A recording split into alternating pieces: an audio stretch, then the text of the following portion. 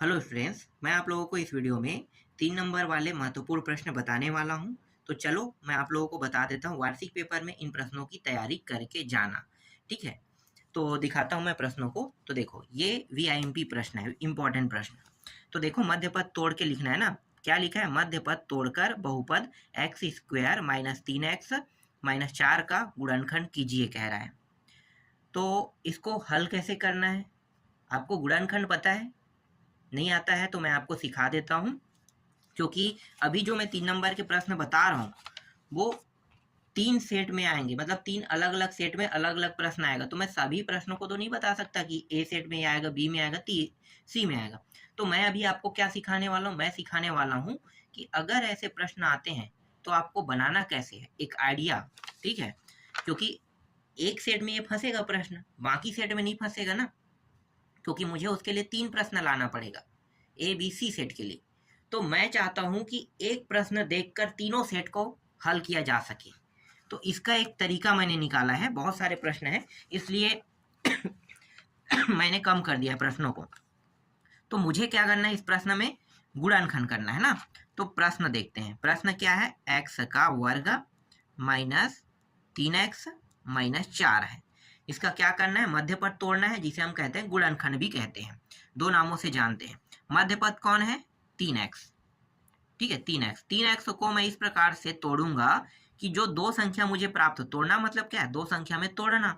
तो दो संख्या में जब मैं इसे तोड़ूंगा तो उन दोनों को गुणा करने पर 4 प्राप्त हो, और जोड़े या घटाए दोनों में से एक होगा। जोड़ेंगे या तो घटेगा वो, तो जोड़ेंगे या घटेगा तो वो 3 माइनस 3 प्राप्त होना चाहिए।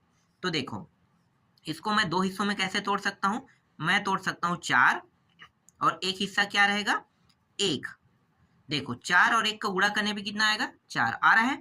ठीक है, अब मैं क्या करूंगा? देखो, बड़ा संख्या ये जो 3 है, ये माइनस तभी आया होगा ना जब बड़ा संख्या माइनस में रहा होगा, और छोटा संख्या क्या है? प्लस में रहा होगा। सिंपल सा है, हो गया। अब यहाँ पे क्या लगा है? एक्स, क्योंकि हम मध्य पद को तोड़ रहे हैं तो एक्स जो लगा है उसे लगा देंगे इस तरह से। फिर इन मानों को जैसा है वैसा लिख देंगे। समझ में आ गया? अब जोड़ा बनाओ। ये जोड़ा बन गया, ये जोड़ा बन गया। यहां से क्या बाहर निकल रहा है? दोनों में देखो एक्स है। ठीक है, कुछ नहीं, मतलब इसके साथ एक का गुणा है, तो एक्स और एक्स दोनों से बाहर निकल गया। यहाँ पे देखो वर्ग है ना, तो एक्स बाहर निकला, एक एक्स यहाँ पे बचेगा। यहाँ पे 4 एक्स तो बाहर निकल गया क्योंकि दोनों में है, इसलिए ये यहाँ पे आ गया। ठीक है, तो बचा क्या? एक एक्स और 4 बस बचेगा। यहाँ पे चिन्ह क्या है? प्लस का है। अब यहाँ पे देखो, एक है, 4 है, एक्स है यहाँ पे। तो एक्स एक्स दोनों में तो नहीं है, तो क्या करेंगे? कुछ नहीं, मतलब एक यहाँ पे गुणा होगा ना, कुछ नहीं तो एक तो होगा ना, तो एक और एक यहाँ पे निकल जाएगा। बचे क्या? X minus 4। देखो, अब यहाँ पे देखो, ये एक्स माइनस 4, एक्स माइनस 4, इसको आप फिर से बाहर निकालेंगे, दोनों एक जैसा है तो। और बचा क्या? ये। तो इसको भी अब क्या करेंगे? कोष्टक में लिख लेंगे एक्स प्लस 1। यहाँ से एक्स का मान क्या निकलेगा? ये माइनस में है तो एक्स का मान प्लस में आ जाएगा। दूसरा मान क्या होगा? ये प्लस में है तो एक्स का मान क्या आएगा? माइनस में आ जाएगा। यही इसका उत्तर है। सिंपल तरीके से मैंने बता दिया, लेकिन हमें पूरा हल नहीं करना है, हमें सिर्फ यहीं तक के हल करना था। अगर आप पूरा हल करोगे तो भी आंसर सही है, पूरा ही कर लेना, आधा क्यों छोड़ेंगे। ठीक, गुणनखंड करना सीख गए। ठीक है, तीनों सेट में अगर आता है प्रश्न तो बना लोगे ना। मान लो मैं यहाँ पे एक और प्रश्न दे देता हूँ, एक्स वर्ग प्लस 2x प्लस 1। इसका गुणनखंड करके देखो कैसे करोगे। इसे दो हिस्सों में तोड़ोगे। कितने हिस्सों में? दो हिस्सों में। ठीक है, लेकिन यहाँ पे अब एक डाउट होगा आप लोगों को कि इसको दो हिस्सों में तोड़ेंगे तो गुणा करने में कितना आना चाहिए? एक आना चाहिए। करोगे, क्या हो जाएगा? एक और एक में तोड़ोगे, बिल्कुल। और ये क्या है? प्लस में है, तो ये दोनों दो तभी होगा जब दोनों जोड़ेंगे, तो मतलब ये भी प्लस में है, तो एक्स और एक्स इस तरह से एक उतार दो और आगे में एक्स का वर्ग जोड़ा बना लो इस तरह से। फिर बाकी हल आप कर सकते हो। सिंपल है, समझ में आया? गुणनखंड से कोई भी प्रश्न आएगा बन जाएगा। ठीक है, आगे बढ़ते हैं। इसमें है इंपॉर्टेंट में मैंने बहुत सारे प्रश्नों को टिक किया। देखो, ये गुणनखंड है, यही प्रश्न आपको एग्जाम में देखने को मिलेगा। ये प्रश्न है गुणनखंड का, ये भी प्रश्न गुणनखंड का है। ठीक है, लेकिन मैं सभी प्रश्नों को सॉल्व नहीं करूंगा, इसलिए मैं सभी प्रश्नों को सॉल्व नहीं कर रहा हूँ कि एक प्रश्न समझाओ, उससे रिलेटेड प्रश्नों को बना लो। बस यही ट्रिक हम लोग यूज करेंगे। और यहाँ पे देखो ये प्रश्न इंपॉर्टेंट है ना, तो एक प्रश्न यहाँ भी बताऊंगा, क्या पूछा है ध्यान से पढ़ते हैं। बहुपद x का वर्ग प्लस 10x प्लस 24 के शून्यांकों का योगफल एवं गुणनफल ज्ञात कीजिए। यहाँ पे क्या कहे, दो शब्द याद आया मुझे, ठीक है, दो मतलब दो शब्द मुझे दिखाई दिया, इन दोनों शब्दों को मैं देखूंगा। एक शब्द क्या है, शून्यांकों का योगफल, और दूसरा है शून्यांकों का गुणनफल। ठीक है, अगर शून्यांकों का योगफल और गुणनफल कहता है तो करना क्या है मैं आपको बताता हूँ। देखो ये प्रश्न क्या है, मैं पहले लिख लेता हूँ, तो यहाँ पे मैं साइड में लिख लेता हूँ। कोई भी प्रश्न हो ना योगफल और गुणनफल से तो आपसे बन जाएगा ये भी। 24 गुणनखंड नहीं करना है, इसमें गुणनखंड करने के लिए कहा है, इसमें क्या करने के लिए कहा है, देखो इसके साथ कुछ नहीं, मतलब एक का गुणा होता है। यहाँ पे देखो सभी में क्या है, नंबर है, जो नंबर है ना उसको हम मानते हैं, इसको ए मानते हैं। यहाँ पे जो नंबर है इसको हम मानते हैं बी मानते हैं, और यहाँ पे जो नंबर है इसको मानते हैं हम सी मानते हैं। समझ में आ गया। और इसको हम लिखते कैसे हैं, ये क्या है, एक बहुपद है, इस बहुपद की तुलना इस तरह से लिखेंगे, तुलना किससे करेंगे, ये दिखाई दे रहा है, क्या दिखाई दे रहा है, ए, ठीक है, और यहाँ पे एक्स का वर्ग, तो ये नंबर को हमने क्या माना है, ए माना है, तो ए एक्स का वर्ग प्लस इसको हमने क्या माना है, बी, तो बी एक्स प्लस इस नंबर को क्या माने हैं, सी, ये इससे करने पर इस तरह से, तो ए का मान कितना निकल गया, 1, बी का मान देखो प्लस में है तो 10, और सी का मान, एक मिनट, सी का मान कितना आ जाएगा, 24, ए बी सी का मान निकल गया। अब शून्यांकों का जो योगफल है, योगफल का सूत्र बताता हूं मैं, माइनस बी अपान ए, और गुणनफल का सी अपान ए। ये सूत्र याद रखना, योगफल कहेगा तो ये सूत्र लगाना है, गुणनफल कहेगा तो ये सूत्र। तो बी का मान कितना है 10, तो 10, और ए का मान कितना है 1, और यहाँ पे क्या लगा है माइनस, तो उत्तर कितना आया, 1 10 को भाग करेगा तो माइनस 10 का 10 प्राप्त होगा। सी का मान कितना है 24, ए का मान कितना है 1, इसको भाग कर कितना प्राप्त होगा 24। उत्तर कितना आया, योगफल का 10 गुणनफल का 24 बन जाएगा। अब इससे संबंधित प्रश्न कुछ भी हो बनेगा ना। देखो यहाँ पे जो दूसरा प्रश्न है ये भी इंपॉर्टेंट है, ये प्रश्न अध्याय 3 में भी है, तो मैं यहीं पे बता रहा हूँ, अध्याय 3 में मैं आपको नहीं बताऊंगा, हो सकता है इसके जगह अध्याय 3 के प्रश्नों को उठा दे, इसीलिए मैं आपको सिखा रहा हूँ। ठीक है, तीसरा टाइप देखो, भाग करना, x का वर्ग माइनस एक्स प्लस 1 को x प्लस 1 से भाग देकर भागफल एवं शेषफल ज्ञात कीजिए कह रहा है। ठीक है, इससे रिलेटेड देखो कुछ प्रश्न और है, ये भी है वही प्रश्न, देख लो, इसका सॉल्यूशन भी है, इसका भी सॉल्यूशन यहाँ पे लगा हुआ है, ये इंपॉर्टेंट प्रश्न है। ठीक है, और एक प्रश्न दिखाता हूँ, उसके बाद मैं आपको एक प्रश्न दिखाऊंगा गुणा भाग करके, और ये प्रश्न है, ये प्रश्न है, ये इंपॉर्टेंट है। ठीक, हो गया 4 प्रश्न भागों से। अब मैं कोई भी एक प्रश्न को हल करता हूँ, जो सबसे सरल लगे ना उसको हल करूँ, क्यों, क्योंकि सरल प्रश्नों को अगर हल करना सीख गया तो कठिन प्रश्न अपने आप हल हो जाते हैं। एक्स का वर्ग माइनस एक्स प्लस 1 इस तरह से दिया हुआ है, देखो करना क्या है, ये रहा प्रश्न है ना, भाग करना है एक्स प्लस 1 से, तो हम इस तरह से भाग करेंगे, किससे भाग करना है, x प्लस 1 से भाग करना है। अब देखो मैं इसका एकदम शॉर्टकट ट्रिक बताता हूँ, क्या करेंगे, जब भाग करेंगे तो हम इसका पहला पद इसका पहला पद देखेंगे, दोनों बराबर है क्या, नहीं है, तो बराबर करेंगे तो कब बराबर होगा, ये वर्ग है ये एक घात है, तो एक घात वाले से क्या कर देंगे, गुणा कर देंगे। इसको मैं पहले लिख लेता हूँ यहाँ पे x प्लस 1, तो यहाँ पे अगर मैं x का गुणा कर दूं, ठीक है, इसमें 2 है घात है, इसमें एक घात है, तो एक घात वाले का इसमें गुणा कर दूं, मतलब x का गुणा कर दूं तो 2 घात बन जाएगा। तो देखो x का वर्ग प्लस x आ गया, ये मान, इस मान को कहाँ पे रखेंगे, इस मान को यहाँ पे रखेंगे, तो x का वर्ग और प्लस x प्राप्त हुआ। अब घटा दो, घटाएंगे तो ये चिन्ह प्लस था माइनस, ये भी चिन्ह प्लस है तो क्या हो जाएगा माइनस, ये माइनस और प्लस कट गया, ये भी माइनस है, और ये नीचे वाला चिन्ह ये तो हट गया ना, क्योंकि ये प्लस से क्या बन गया माइनस, तो ये माइनस और ये माइनस क्या हो जाएगा, जुड़ जाएगा, जुड़ के क्या हो जाएगा 2x प्लस 1 हो जाएगा। समझ में आया। अब देखो इसका पहला पद इसका पहला पद दोनों x x सही है, लेकिन इसमें -2 लगा है, क्या इसमें -2 लगा है, नहीं, तो क्या करेंगे, -2 का इस पूरे पद में गुणा कर देंगे। तो यहाँ पे मैं लिख लेता हूँ x प्लस 1 -2 का गुणा कर दो तो -2x, फिर -2 कहाँ पे लिखेंगे, यहाँ पे -2x, और ये जो निकला है इसको यहाँ पे लिख देंगे इस तरह से। अब इसको घटाएंगे तो ये माइनस है इसलिए ये प्लस बन जाएगा, ये माइनस है इसलिए ये भी प्लस बन जाएगा, ये दोनों कट गए, ठीक है, ये ऊपर क्या है माइनस और नीचे वाला क्या है प्लस, ये तो हट गया है ना चिन्ह, चल चेंज हो गया। और ये 2 और 1 कितना हो गया, 3 हो गया। देखो ये प्लस और ये प्लस, 3 हो गया। ठीक है, तो शेष फल कितना निकला, ये जो है ये शेष फल है 3। और भागफल कितना आया, मैंने भागफल तो अभी तक लिखा नहीं है ना, चलो मैं लिख देता हूँ। देखो शुरू में हमने किससे गुणा किया था, x से, तो ये x क्या हो गया, भागफल हुआ। और यहाँ पे -2 आया है, ये -2 क्या है, भागफल है। समझ में आ गया, जिससे हम गुणा करते हैं वही हमारा क्या है, भागफल है। तो ये एक बार हमने किया इससे, और यहाँ पे क्या है -2, तो -2 आ गया। समझ में आ गया। अब कोई भी भाग करने वाला प्रश्न आएगा तो बन जाएगा। ठीक है, बन जाना चाहिए, मैंने बता भी दिया आपको प्रश्न ना। अब एक प्रश्न है डायरेक्ट भागफल नहीं पूछेगा। अभी जो प्रश्न मैंने दिखाया है आपको, देखो जो जिसका मैंने आपको सॉल्यूशन दिया है, इसमें भागफल एवं शेषफल दोनों ज्ञात करने के लिए कहा था। तब हमने क्या निकाला, ये भागफल और शेषफल दोनों निकाले। लेकिन थोड़ा सा ये चेंज कर रहा है, एक प्रश्न और है, मैं उसको दिखा देता हूँ।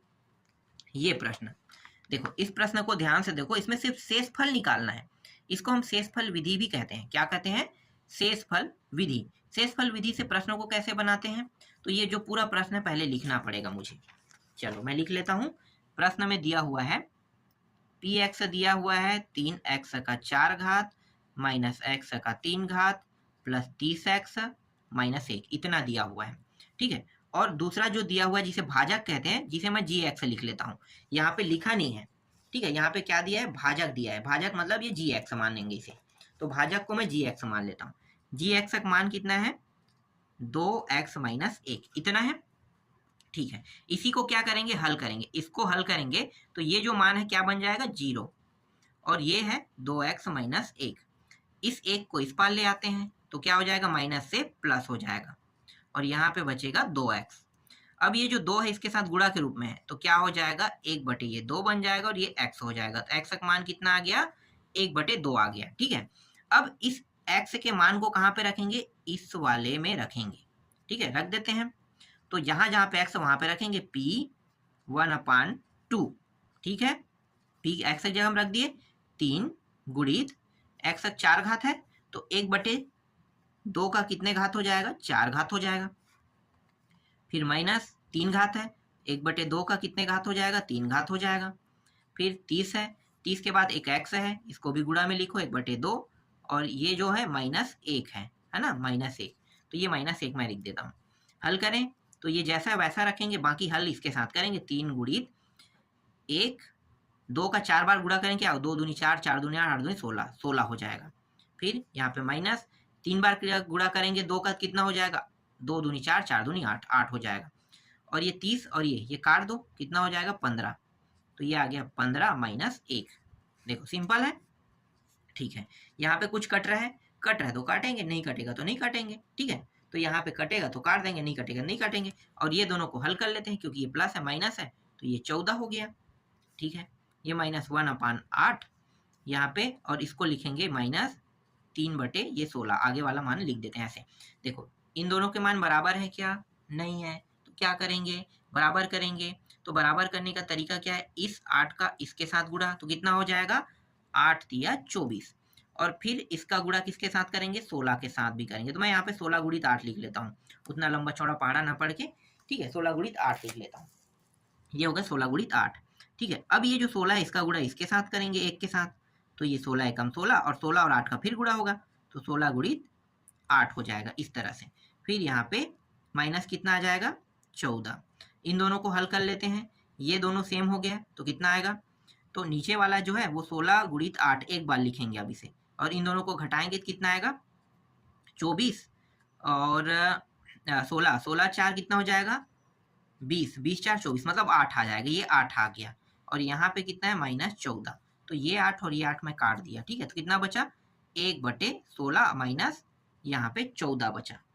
ठीक है, 1/16 माइनस 14, इतना बचेगा। ठीक है, एक सेकंड, ये माइनस में दिया जाएगा, 15 प्लस में है ना, ये प्लस में करो, ये प्लस है, ये प्लस है, ये प्लस है, ये प्लस है। ठीक है, इतना आएगा। अब चाहो तो इसे आप फाइनल आंसर मान सकते हो, या वरना हल करना चाहो तो हल कर लो। तो फिर क्या करोगे, यहाँ पे कुछ नहीं, मतलब 1, तो इस 16 का 14 गुणित 16 करेंगे, और यहाँ पे 16 आ जाएगा, और ये इस 1 का 1, तो ये 1 रहेगा इस तरह से। ठीक है, 16 गुणित 14 को गुणा कर दो, कितना हो जाएगा? देखो पहले 14 गुणित 16 मैं कर लेता हूँ। 6 चौक 24 का 4, 2 हासिल, 6 एकम 6 और 2 8, ठीक है। 1 से करेंगे तो 4 1 14, 4 8 4 12 को 2 हासिल आई 1 2, इतना आ जाएगा, ठीक है। कितना आ गया? 2 2 4 और 1 को इसको जोड़ेंगे तो कितना आ जाए? 2 2 5 और ये 16, यही क्या है इसका उत्तर है, ठीक है। इतना तक काफी है, इतना करना पड़ेगा, 3 नंबर के प्रश्न है ये आए तो, ठीक। अब यहाँ पे दिखाता हूं मैं ये वाला प्रश्न, इसे मैंने इंपॉर्टेंट के तौर पे नहीं लिया है, लेकिन ये आएगा तो बनाना क्या है, देखो नीचे में क्या दिया है, x माइनस 3 दिया है, तो यहाँ पे x माइनस 3 से x का मान कितना निकल जाएगा? माइनस है मतलब x का मान प्लस में आएगा 3, ठीक है, 3 आ जाएगा। और इस 3 को किस में रखोगे? इसमें, तो कितना हो जाएगा? x से जब हम 3 रखे, 3 और 3 9, 2 11, कितना आ गया? देखो उत्तर डायरेक्ट आ गया 11। इतना शॉर्टकट तरीका है ना, ठीक है। इसको भी मैं बताता हूँ, देखो ये 4 है, x प्लस 4, तो x का मान प्लस में आएगा कि माइनस में आएगा? प्लस में दिया है तो माइनस में आएगा, माइनस में, तो माइनस 4 आ जाएगा। इस माइनस 4 को यहाँ पे रखो तो 5 चौक कितना हो जाएगा? 20 होगा, ठीक है, 20 लिख देना। और 20 माइनस 20 ना, ये माइनस पे माइनस 20, माइनस 20 में 3 घटाओ कितना होगा? 17। तो देखो यहाँ पे उत्तर कितना आ गया? 17 आ गया, आसान था, ठीक। यहाँ पे मैंने बता दिया आपको 3 नंबर के प्रश्न। अब 3 नंबर के प्रश्न और बताने वाला हूँ अध्याय 3 से। यह अध्याय 3 है, एक चर का द्विघात समीकरण। यहाँ से इंपॉर्टेंट बताता हूँ। देखो मैंने VVIP में यहाँ पे V लिख दिया है क्योंकि बहुत सारे प्रश्न सेम टू सेम है, तो मैं सबको नहीं बताऊंगा सेम टू सेम को, एक आध बताते चलूंगा उससे रिलेटेड, और तीनों सेट में वो आएगा, लेकिन थोड़ा सा बदलाव होके आएगा, तो आपको बनाना मैं सिखा रहा हूँ इसीलिए, ठीक है। अच्छे से वीडियो देखना और इन्हीं प्रश्नों की प्रैक्टिस करना है, जैसा भी करना चाहो कर लो, समझो रटो याद करो। मेरे हिसाब से तो ये तीनों ट्रिक आपको यूज करना है, समझना है, रटना है, ठीक है। अब रटना है और रटोगे तो यही याद होगा, 2 हो गया, ठीक है। समझो रटो, बस इतना जानो आप। देखो k के किस मान के लिए समीकरण के मूल वास्तविक एवं बराबर होंगे? अगर ऐसा कहता है कहीं पे भी वास्तविक और बराबर, तो आपको समझ जाना चाहिए कि जो एक मान है, देखो यहाँ पे क्या दिया हुआ है, k x² plus 4x plus 1 दिया हुआ है ना, बराबर 0। तो जब भी वास्तविक और बराबर है कह रहे हैं मान, तो मतलब क्या है, d का मान 0 होगा। मतलब हल कैसे होगा मैं आपको बताता हूँ, याद रखना, वास्तविक एवं बराबर होंगे अगर ये कहता है तब। तो आपको करना क्या है मैं आपको बताता हूँ। देखो इस प्रश्न को मैं यहाँ पे लिख लेता हूँ। प्रश्न क्या है, k x² plus 4x plus 1, यही प्रश्न है, ठीक है। देखो करना क्या है, k का मान के मूल के मान क्या होंगे, वास्तविक और बराबर। मैं सिर्फ इस पूरे प्रश्न में कुछ भी नहीं देखा, लास्ट वाला शब्द देखा, वास्तविक एवं बराबर। मूल क्या है, वास्तविक एवं बराबर, ये बस मैं देख रहा हूँ। तो वास्तविक एवं बराबर है, इसका मतलब ये है कि यहाँ पे जो सूत्र लगेगा वो d बराबर b² माइनस 4ac लगेगा। और वास्तविक और मूल बराबर होंगे तो मतलब d के जगह पे क्या रखना है, 0। स्पष्ट बता दिया है, वास्तविक एवं बराबर क्या है, इसका मतलब है d के जगह पे क्या रखेंगे, इसके स्थान पे 0, ये 0 हो गया, मैंने रख दिया d के जगह में 0, ठीक।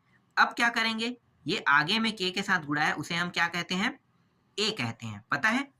इसको हम क्या कहते हैं, b कहते हैं, और इसे हम क्या कहते हैं, c। तो इसकी तुलना किससे करेंगे, तुलना ax² plus bx plus c से करने पर लिखना पड़ेगा। उसके बाद लिखोगे a का मान k, b का मान 4 प्लस 4, ठीक है, यहाँ पे 4 है, और c का मान कितना है, 1, ये लिखोगे। अब इसके बाद इसमें मान रख दोगे, b का मान कितना है, 4, तो 4 है तो इसका वर्ग माइनस 4 यहाँ पे दिया हुआ है।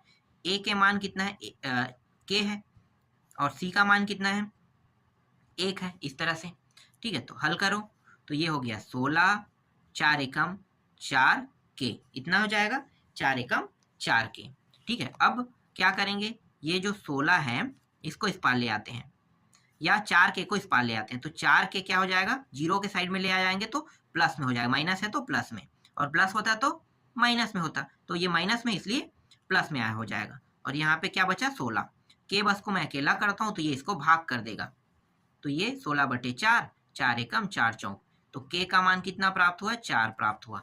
आसान है प्रश्न, ठीक है। इससे रिलेटेड दिखा देता हूँ मैं आपको प्रश्न, ये देखो ये प्रश्न है, ये भी बन जाएगा, सेम टू सेम है, वास्तविक और क्या होंगे, मूल वास्तविक बराबर, तो d का मान कितना रखोगे, d का मान 0, ठीक है, उस डी को 3 अलग अलग नामों से जाना जाता है, मैं बताऊंगा। ये भी प्रश्न देख लो, ये भी सेम टू सेम है, वैसा ही है, सेम टू सेम सॉल्यूशन होगा, जैसे मैंने बताया वैसा ही है। ठीक है, अब मैं आपको दिखाने वाला हूँ ये प्रश्न। देखो यहाँ पे क्या है, निम्न समीकरण जो है x square minus 2x plus 1 बराबर 0 का विविक्तिकर ज्ञात कीजिए। ये जो विविक्तिकर है ना, ये क्या है पता है, डी है। डी को 3 नामों से जाना जाता है। ये जो डी है, ये डी है, इसको एक नाम जानते हैं हम लोग विविक्तिकर। ठीक है, दूसरा नाम क्या कहते हैं, मूलों की प्रकृति, मूलों की प्रकृति। ठीक है, मूलों की प्रकृति ज्ञात करना एक और नाम है। और एक नाम और क्या था, एक तो मूलों की प्रकृति होगा, विविक्तिकर हो गया, और क्या था मैं भूल रहा हूँ। ठीक है, बाद में देख लेंगे। ठीक है, मूलों की प्रकृति और विविक्तिकर हो गया, 2 नाम मुझे याद आ गया। एक और नाम क्या था, याद नहीं आ रहा है,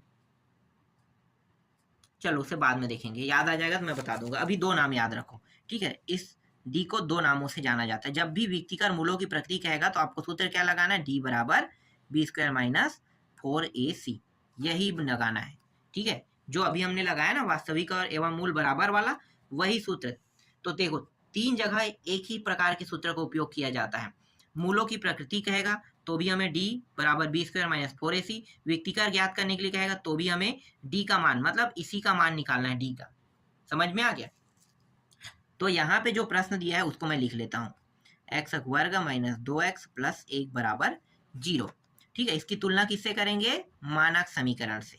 मानक समीकरण क्या है, इसमें कुछ नहीं, मतलब 1 है तो a का मान 1 रहेगा, b का मान क्या रहेगा, देखो माइनस है। ठीक है, तो माइनस 2b का मान रहेगा, और यहाँ पे c का मान क्या रहेगा, 1 रहेगा। सिंपल है, आप लोग लिख लेना। ये जो है क्या है, समीकरण है। इस समीकरण की तुलना मानक समीकरण क्या है, देखो ax square plus B X plus C से करने पर बस इतना लिखना है। उसके बाद a बराबर 1, b बराबर माइनस 2, c बराबर 1 लिख देना। और सूत्र क्या है, ये सूत्र, इसमें मान रख दो अब। तो d का मान हमें निकालना है इस बार। तो b का मान कितना है, माइनस 2, इसका वर्ग, इस तरह से कोष्टक में रखना है।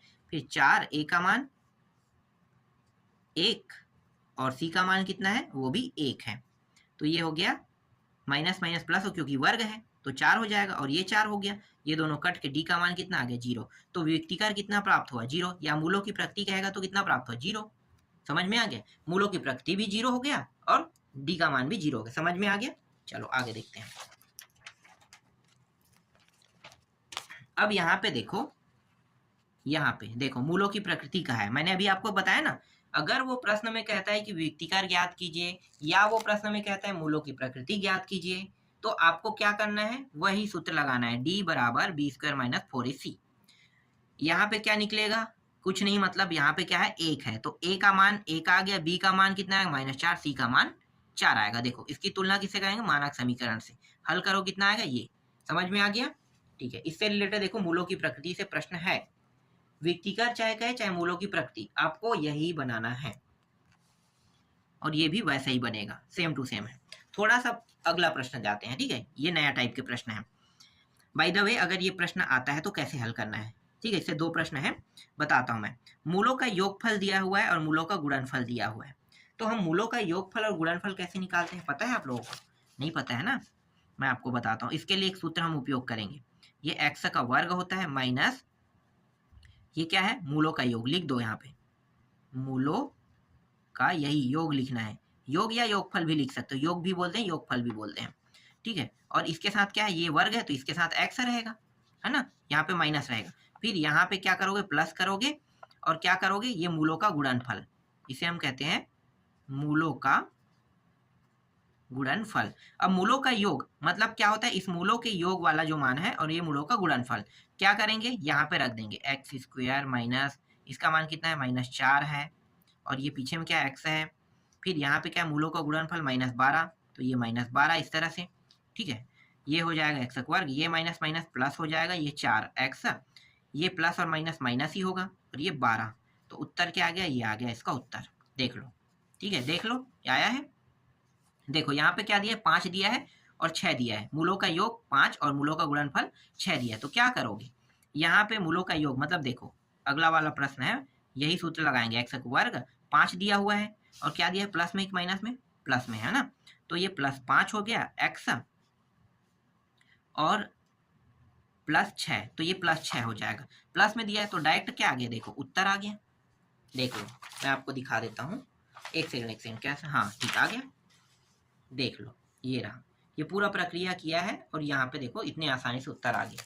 कुछ करना पड़ा, नहीं करना पड़ा, आसान है। ठीक है, इसके एक और अलग तरीके के प्रश्न है, उसको मैं बताऊंगा। अभी जो बताया वो बहुत आसान था, है ना, थोड़ा सा टफ में देखेंगे।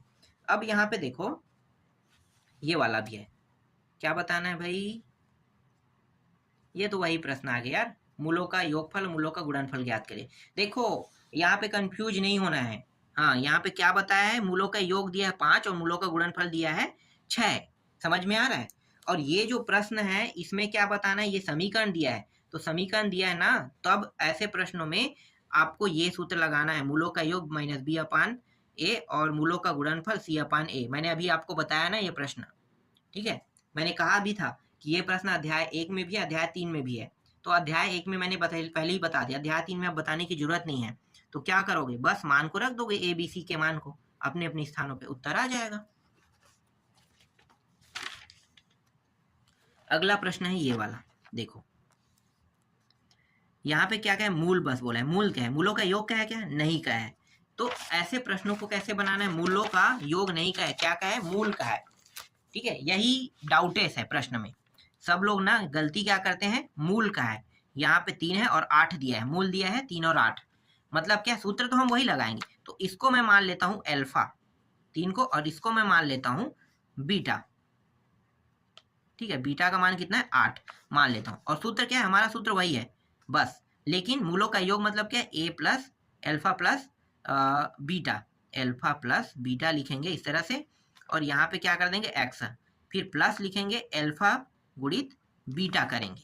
ठीक है, बस यही करना है आपको, जब मूल मान दिया रहे तो ये करना है। तो एक्स का वर्ग माइनस ये क्या है, 8 और 3 कितना होता है, 11 एक्स हो जाएगा।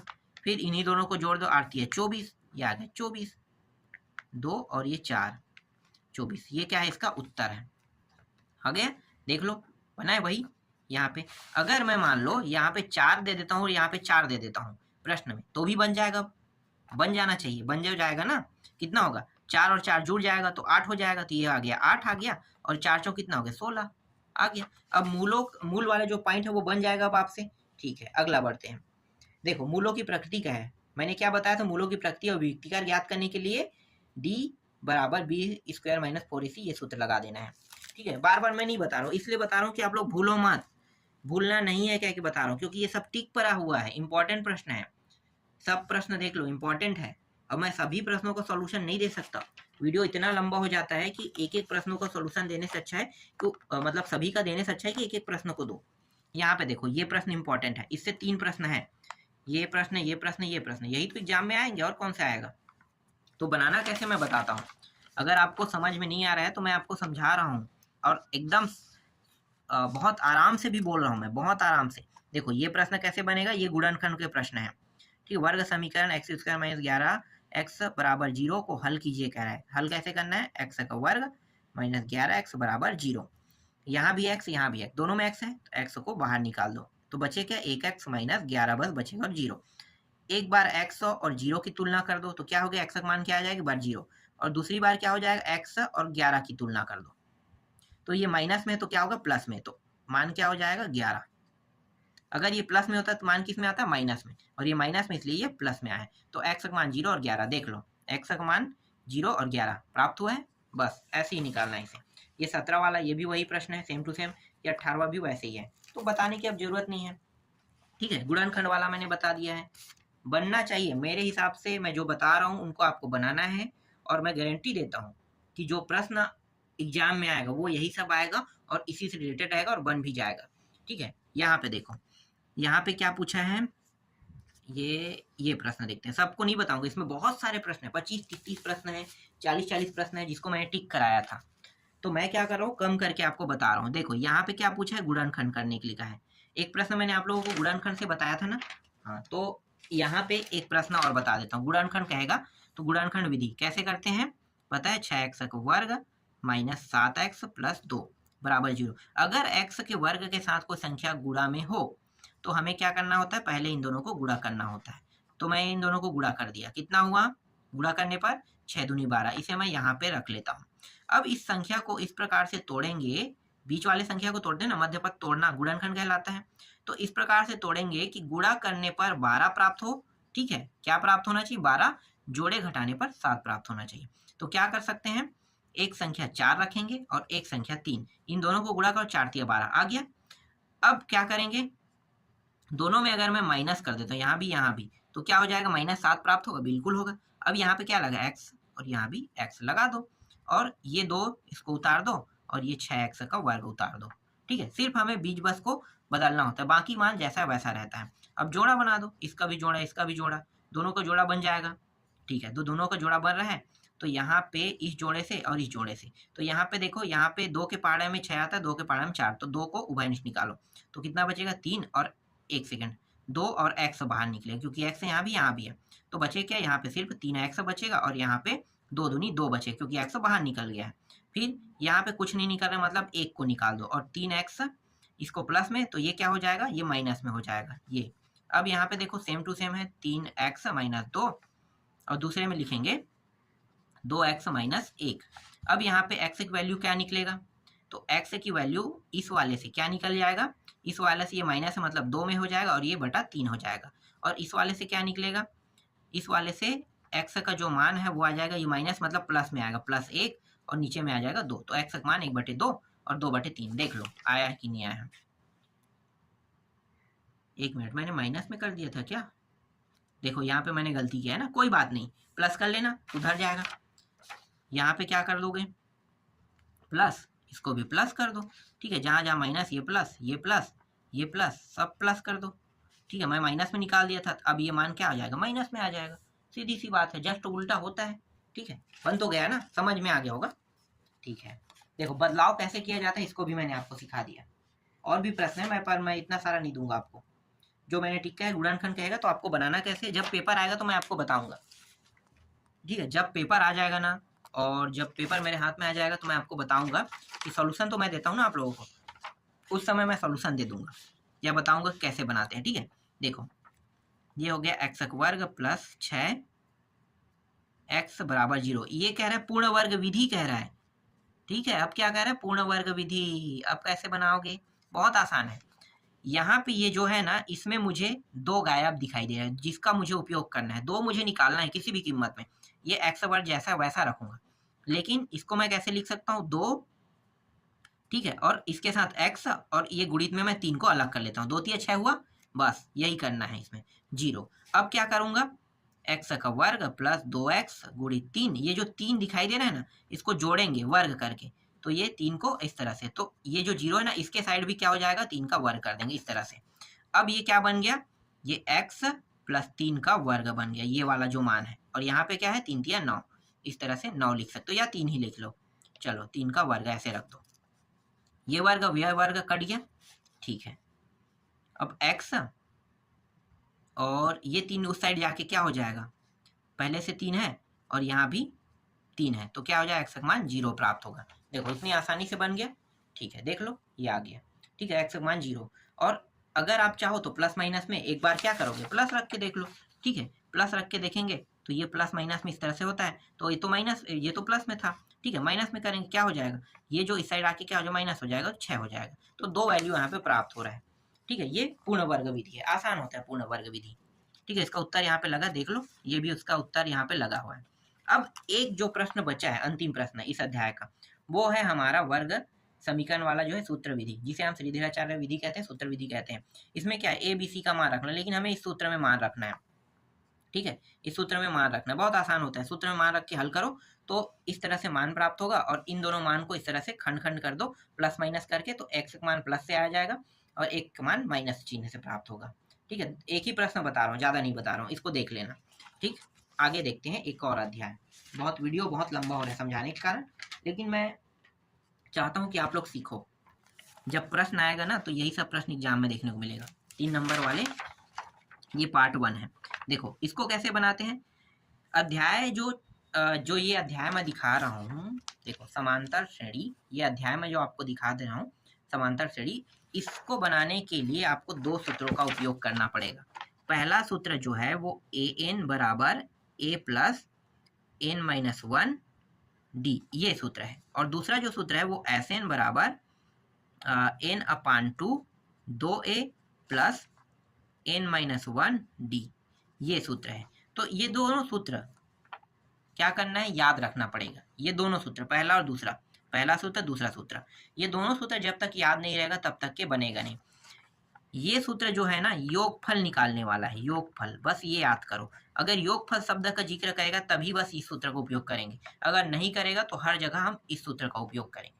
समझिए, योग करने की बात करेगा तभी हम इस सूत्र का, और योग नहीं उसकी बात नहीं करेगा तो हर जगह हम इस सूत्र का उपयोग करेंगे। चलो मैं अब आपको बताता हूँ कैसे बनाना है। देखो इस प्रश्न में क्या है, 11, 13, 15, 17, इसी तरह से नंबर बढ़ते रहेगा। जितने भी क्या है विषम संख्या का, कितने पद तक, 14 पद तक, उन सभी को जोड़ना है कह रहा है। तो जोड़ना है मतलब क्या है, योगफल बोलते हैं, योग या योगफल। तो इसके लिए सूत्र कौन सा उपयोग होगा, सूत्र उपयोग होगा एस एन बराबर एन अपान दो two A N minus one D, यही सूत्र उपयोग होगा। ठीक है, योग, क्योंकि यहाँ पे योगफल बोला है, मैंने दो सूत्र बताए हैं। अगर योग ना बोले योगफल तो मैं क्या करूंगा, पहले वाले सूत्र का उपयोग करूंगा। ठीक है, चलो अब मैं क्या करूंगा, यहाँ पे ये जो आगे में है ना, इसको हम कहते हैं ए, प्रथम पद बोलते हैं, प्रथम पद 11। दूसरा हमें क्या चाहिए, डी का मान, दो मान चाहिए हमें, ए और डी का मान, क्योंकि यहाँ पे देखो ए है और डी है ना, ए और डी का मान चाहिए। तो डी का मान कैसे निकालते हैं, पीछे वाले पद में आगे वाले को घटा देते, 13 में 11 को घटा दो, कितना आ जाएगा 2। तो डी का मान कितना आ गया, डी का मान प्राप्त हो गया 2, ये तरीका है। ठीक, अब यहाँ पे क्या है, एक मान है एन, तो एन का मान यहाँ पे स्पष्ट दिया है 14, 14 पदों तक, तो 14 एन का मान, बस इस सूत्र में मान रख दो, एस एन का मान निकल जाएगा 14/2, 2, ए का मान कितना है 11, एन का मान कितना है 14 माइनस 1, और डी का मान कितना है 2। इस तरह से हल करें तो 2 एकम 2 सत्ते 7 आ गया, 11 दूनी 22, ये कितना हो जाएगा 13 गुणित 2, और हाँ यहाँ पे प्लस था, मैं प्लस भूल गया था, यहाँ पे प्लस है। ठीक है, 13 गुणित 2, इस तरह से। तो ये हो गया 7, यहाँ पे 22 प्लस 13 दूनी कितना हो गया 26, ये 26 हो गया। इन दोनों को जोड़ दो, कितना हो जाएगा, 6 और 2 8, और 2 2 4, और गुणित 7 कर दो। तो इसको गुणा करें कितना आएगा, डायरेक्ट कर देते हैं, देख लो। ठीक है, 48 गुणित 7 करें कितना आएगा, 336 आ जाएगा। तो 336 यहाँ पे प्राप्त हो गया। समझ में आया ये। अब देखो यहाँ पे एक और प्रश्न दिया हुआ है, इसको भी अगर बनाने के लिए कहेगा तब बना लोगे। क्या करना है, ये ए का मान है, पीछे वाले पद में आगे को हटाओगे, कितना प्राप्त होगा 3 प्राप्त होगा, जिसे डी कहते हैं। 16 पद है तो एन का मान कितना है 16, बस इस सूत्र में मान रख दो, 504 प्राप्त हो जाएगा। तो एक ही प्रश्न काफी है ना, एक दो प्रश्न और नहीं बताऊंगा अब। ठीक है, ये वीआईपी में इसको भी मैंने लिया है, एक एक प्रश्न मैं बता रहा हूँ। अब देखो यहाँ पे क्या योगफल बोला है, कहीं पे नहीं बोला है, नहीं बोला है, तो क्या करेंगे, दूसरा सूत्र उपयोग करेंगे। हमारा दूसरा मतलब जो हमारा शुरू वाला जो सूत्र है उसको उपयोग करेंगे। तो यहाँ भी पहला पद क्या है, ए है 9, डी का मान कैसे करते हैं, पीछे वाले में आगे वाला घटा दो, तो 5 में -9 घटाओ, कितना आ जाएगा -4, क्योंकि ये संख्या -9 बड़ा है, तो डी का मान कितना आ गया -4 आ जाएगा। अब एन का मान देखो, एनवा पद बोला है तो एन का मान कितना है 10, सूत्र लगाओ, ए एन बराबर A plus N minus 1 D, रख दो। ए का मान कितना है 9, एन का मान कितना है 10 माइनस 1, एन का मान 10 है तो घटाएंगे 1 में, और डी का मान कितना है -4, देखो कितना आ रहा है, तो ये हो जाएगा 9, और ये हो जाएगा 9 गुणित -4, 9 चौक कितना होता है 36, तो -36, ये प्लस है माइनस है, माइनस होगा, और ये 9, ठीक है, घटा देंगे, कितना होगा 9 दूनी 18, 9 3 27, तो यहाँ पे आ जाएगा -27, यही इसका क्या है उत्तर है। तो ए एन का मान कितना आ गया -27, देख लो, ये देखो आसान था, बस इजी स्टेप है यार, ऐसे ही आपको हल करना है। अब देखो इससे रिलेटेड यहाँ पे 40 पदों तक का है, ये भी बन जाएगा, मैं जानता हूँ आप लोग बना लोगे। ठीक है, ये भी प्रश्न बन जाएगा, तो मैं सबको थोड़ी बताते रहूँगा, बस आपको दिमाग लगाना है, ट्रिक लगाओ, हल करो, मैं जो बता रहा हूँ बस आपको वैसे ही करना है। अब यहाँ पे देखो ये क्या कह रहा है, शून्य, कौन सा पद शून्य कह रहा है, यहाँ पे थोड़ा सा कंफ्यूज पैदा करने वाला है ना, शून्य बहुत आसान है। करना क्या है, देखो इसको भी मैं बताता हूँ। पहला पद तो ये है, पीछे वाले पद में आगे घटाएंगे तो डी का मान निकलेगा, और शून्य पद कह रहे हैं मतलब nवां पद का मान हमें पता नहीं है, इस बार nवां पद का मान निकालना है। ठीक है, लेकिन ये शून्य पद है वो किसका मान है, an का मान है। किसका मान है, an। तो मैं यहाँ पे लिख लेता हूँ an का मान कितना रखेंगे इस बार, शून्य। a का मान कितना है 27, 27, और d का मान क्या है 24 में 27 को घटा दो पीछे वाले में, कितना आ जाएगा -3 आ गया। ठीक है, तो an बराबर a plus n-1 d। a का मान 27, n का मान ज्ञात करेंगे। ठीक है, इसे रख देंगे, और इसका मान कितना है -3, और इसका मान कितना है 0, ये देखो। ठीक है, इस 27 को इस पार ले आते हैं तो -27 हो जाएगा क्योंकि ये प्लस में था। अब यहाँ पे बचा क्या, यहाँ पे बचा है n-1 और ये -3 बचा है। तो -3 को क्या करेंगे, इसको भी इस साइड में ले आते हैं, इसके साथ क्या गुणक रूप में। गुणक रूप में मतलब ये -27 को क्या करेगा, भाग करेगा। ठीक है, -3 -27 को क्या करेगा, भाग करेगा। माइनस माइनस दोनों में कट गया। ठीक, और यहाँ पे बचा क्या n-1, 3 एकम 3 निया 9 आ गया। n-1 इस एक को भी इस साइड ले आते हैं तो 9, और ये माइनस में इसके साथ आके जुड़ जाएगा, प्लस हो जाएगा 10। तो n का मान कितना प्राप्त हो 10, यही क्या इसका आंसर। तो n का मान निकालना है, तो n का मान कितना निकला 10, देख लो, देख लो n का मान 10 आया है। ठीक, अब देखो समांतर माध्य से संबंधित प्रश्न है। समांतर माध्य बहुत आसान होता है। अगर ऐसे प्रश्न आते हैं समांतर माध्य वाला तो बनाओगे कैसे, इसको सिर्फ जोड़ना होता है। समांतर माध्य मतलब दो संख्याओं को जोड़ दो। तो यहाँ पे क्या दिया, √2 + 1। ठीक है, इसको कोष्टक में लिखो, प्लस लिखो, फिर ये क्या है √2 - 1, इसको भी कोष्टक में रखो और 2 से भाग देना, इसका सूत्र है। तो ये दोनों क्या है, प्लस प्लस में है, तो 2 √2 हो जाएगा। ये और ये क्या है, माइनस में है ना, ये प्लस है और ये माइनस में है, तो कट जाएगा ये और ये कट गया। ठीक, और नीचे में क्या है 2, 2 और 2 कट गया, √2 बस क्या आएगा, इसका उत्तर आएगा। देख लो कितना आसान था, ये देखो। अब इसको निकालो, कैसे करोगे, 6 4 10 जोड़ दो और 2 से क्या कर देना, भाग दे देना है। तो 10 को 2 से भाग दो कितना, 5x, उत्तर क्या आएगा 5x आ गया। समांतर माध्य की ये ट्रिक है, देख लो आया 5x। ये भी समांतर माध्य, इन दोनों को जोड़ के 2 से भाग कर दो तो 0 आ जाएगा। देख लो आसान था। यहाँ पे देखो 17 पदों का योगफल ज्ञात करना है। अब क्या ज्ञात करना है भैया, योगफल। कौन सा सूत्र लगेगा, SN n/2 2n। यहाँ पे मैंने थोड़ा सा, हाँ ठीक है 2a, ठीक है 2a + n-1d। ठीक है, ये ऐसे ही करेंगे।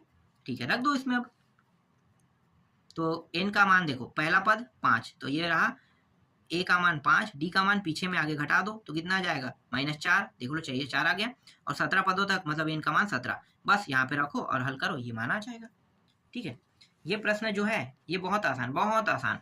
क्या करोगे, n का जगह में 15 रख के हल करोगे, n के जगह में 15 रख के हल करोगे तो ये मान प्राप्त होगा। और एक बार एक घटा के 14 रख दो, 14 रखोगे तो कितना ये, और इन दोनों को उसके बाद घटा दो, घटाओगे तो कितना आ जाएगा, यहाँ पे दिखाता हूँ 33। इंपॉर्टेंट तो नहीं है, फिर भी मैं दिखा रहा हूँ।